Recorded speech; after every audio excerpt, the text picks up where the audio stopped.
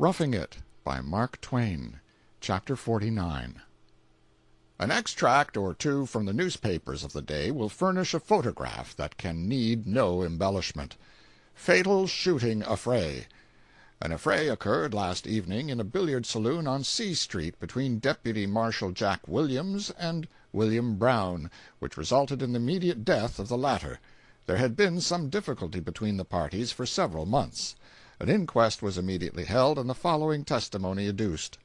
Officer George Birdsall, sworn, says, "I was told William Brown was drunk and was looking for Jack Williams. So soon as I heard that, I started for the parties to prevent a collision.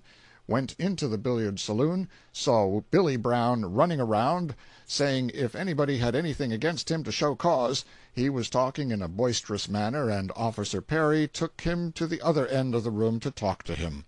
Brown came back to me, remarked to me that he thought he was as good as anybody, and knew how to take care of himself. He passed by me and went to the bar. Don't know whether he drank or not. Williams was at the end of the billiard table, next to the stairway. Brown, after going to the bar, came back and said he was as good as any man in the world. He had then walked out to the end of the first billiard table from the bar. I moved closer to them, supposing there would be a fight. As Brown drew his pistol, I caught hold of it. He had fired one shot at Williams. Don't know the effect of it. Caught hold of him with one hand, and took hold of the pistol and turned it up. Think he fired once after I caught hold of the pistol. I wrenched the pistol from him, walked to the end of the billiard table, and told a party that I had Brown's pistol, and to stop shooting. I think 4 shots were fired in all. After walking out, Mr. Foster remarked that Brown was shot dead. Oh, there was no excitement about it. He merely remarked the small circumstance. 4 months later, the following item appeared in the same paper, the Enterprise. In this item, the name of one of the city officers above referred to, Deputy Marshal Jack Williams, occurs again. Robbery and desperate affray. On Tuesday night, a German named Charles Herzl, engineer in a mill at Silver City, came to this place, and visited the hurdy-gurdy house on B Street. The music, dancing, and Teutonic maidens awakened memories of Fatherland, until our German friend was carried away with rapture. He evidently had money, and was spending it freely. Late in the evening, Jack Williams and Andy Blessington invited him downstairs to take a cup of coffee. William proposed a game of cards, and went upstairs to procure a deck, but not finding any, returned. On the stairway he met the German, and, drawing his pistol, knocked him down and rifled his pockets of some $70. Herzl dared give no alarm, as he was told, with a pistol at his head, if he made any noise or exposed them, they would blow his brains out. So effectually was he frightened that he made no complaint until his friends forced him. Yesterday a warrant was issued, but the culprits had disappeared. This efficient city officer, Jack Williams, had the common reputation of being a burglar, a highwayman, and a desperado. It was said that he had several times drawn his revolver and levied money contributions on citizens at dead of night in the public streets of Virginia. 5 months after the above item appeared, Williams was assassinated while sitting at a card table one night. A gun was thrust through the crack of the door, and Williams dropped from his chair, riddled with balls. It was said at the time that Williams had been for some time aware that a party of his own sort, desperadoes, had sworn away his life, and it was generally believed among the people that William's friends and enemies would make the assassination memorable, and useful too, by a wholesale destruction of each other. It did not so happen, but still times were not dull during the next 24 hours, for within that time a woman was killed by a pistol shot, a man was brained with a slung shot, and a man named Reeder was also disposed of permanently. Some matters in the Enterprise account of the killing of Reeder are worth noting, especially the accommodating complaisance of a Virginia justice of the peace. The italics in the following narrative are mine. More cutting and shooting. The devil seems to have again broken loose in our town. Pistols and guns explode, and knives gleam in our streets as in early times. When there has been a long season of quiet, people are slow to wet their hands in blood, but once blood is spilled, cutting and shooting come easy. Night before last Jack Williams was assassinated, and yesterday forenoon we had more bloody work. growing out of the killing of Williams, and on the same street in which he met his death. It appears that Tom Reeder, a friend of Williams, and George Gumbert were talking, at the meat market of the latter, about the killing of Williams the previous night, when Reeder said it was a most cowardly act to shoot a man in such a way, giving him no show. Gumbert said that Williams had as good a show as he gave Billy Brown, meaning the man killed by Williams last March. Reeder said it was a damned lie, that Williams had no show at all. At this, Gumbert drew a knife and stabbed Reeder, cutting him in 2 places in the back. One stroke of the knife cut into the sleeve of Reeder's coat and passed downward in a slanting direction through his clothing and entered his body at the small of the back. Another blow struck more squarely and made a much more dangerous wound. Gumbert gave himself up to the officers of justice, and was shortly after discharged by Justice Atwill on his own recognizance, to appear for trial at 6 o'clock in the evening. In the meantime, Reeder had been taken into the office of Dr. Owens, where his wounds were properly dressed. One of his wounds was considered quite dangerous, and it was thought by many that it would prove fatal. But, being considerably under the influence of liquor, Reeder did not feel his wounds as he otherwise would, and he got up and went into the street. He went to the meat market and renewed his quarrel with Gumbert, threatening his life. Friends tried to interfere to put a stop to the quarrel and get the parties away from each other.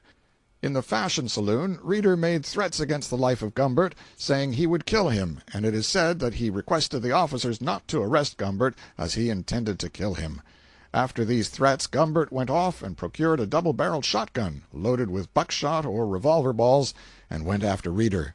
2 or 3 persons were assisting him along the street, trying to get him home, and had him just in front of the store of Klopstock and Harris, when Gumbert came across toward him from the opposite side of the street with his gun. He came up within about 10 or 15 feet of Reeder, and called out to those with him to "look out, get out of the way," and they had only time to heed the warning when he fired.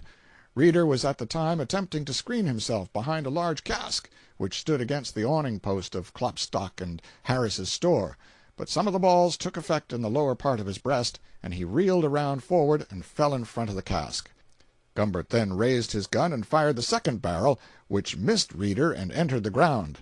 At the time that this occurred, there were a great many persons on the street in the vicinity, and a number of them called out to Gumbert when they saw him raise his gun to "hold on" and "don't shoot." The cutting took place about 10 o'clock, and the shooting about 12. After the shooting, the street was instantly crowded with the inhabitants of that part of the town, some appearing much excited and laughing, declaring that it looked like the good old times of '60. Marshal Perry and Officer Birdsall were near when the shooting occurred, and Gumbert was immediately arrested and his gun taken from him, when he was marched off to jail. Many persons who were attracted to the spot where this bloody work had just taken place looked bewildered and seemed to be asking themselves what was to happen next, appearing in doubt as to whether the killing mania had reached its climax, or whether we were to turn in and have a grand killing spell, shooting whoever might have given us offense. It was whispered around that it was not all over yet. 5 or 6 more were to be killed before night. Reeder was taken to the Virginia City Hotel, and doctors called in to examine his wounds. They found that 2 or 3 balls had entered his right side. One of them appeared to have passed through the substance of the lungs, while another passed into the liver. 2 balls were also found to have struck one of his legs. As some of the balls struck the cask, the wounds in Reeder's leg were probably from these, glancing downward, so they might have been caused by the second shot fired. After being shot, Reeder said, when he got on his feet, smiling as he spoke, "It will take better shooting than that to kill me." The doctors consider it almost impossible for him to recover, but as he has an excellent constitution he may survive, notwithstanding the number and dangerous character of the wounds he has received. The town appears to be perfectly quiet at present, as though the late stormy times had cleared our moral atmosphere.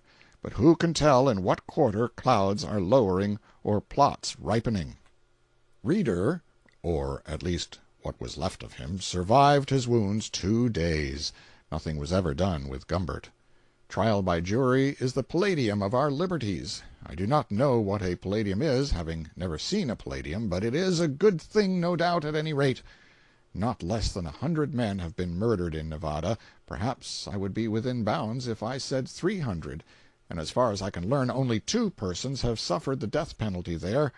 However, 4 or 5 who had no money and no political influence have been punished by imprisonment. One languished in prison as much as 8 months, I think.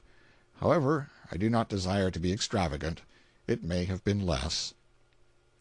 However, one prophecy was verified at any rate. It was asserted by the desperadoes that one of their brethren, Joe McGee, a special policeman, was known to be the conspirator chosen by lot to assassinate Williams, and they also asserted that doom had been pronounced against McGee, and that he would be assassinated in exactly the same manner that had been adopted for the destruction of Williams, a prophecy which came true a year later.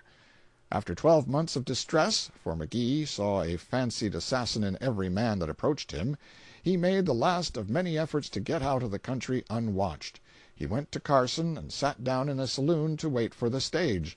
It would leave at 4 in the morning. But as the night waned and the crowd thinned, he grew uneasy, and told the barkeeper that assassins were on his track. The barkeeper told him to stay in the middle of the room then, and not go near the door, or the window by the stove. But a fatal fascination seduced him to the neighborhood of the stove every now and then, and repeatedly the barkeeper brought him back to the middle of the room and warned him to remain there. But he could not. At 3 in the morning he again returned to the stove and sat down by a stranger. Before the barkeeper could get to him with another warning whisper, someone outside fired through the window and riddled McGee's breast with slugs, killing him almost instantly. By the same discharge, the stranger at McGee's side also received attentions which proved fatal in the course of 2 or 3 days. End of chapter 49.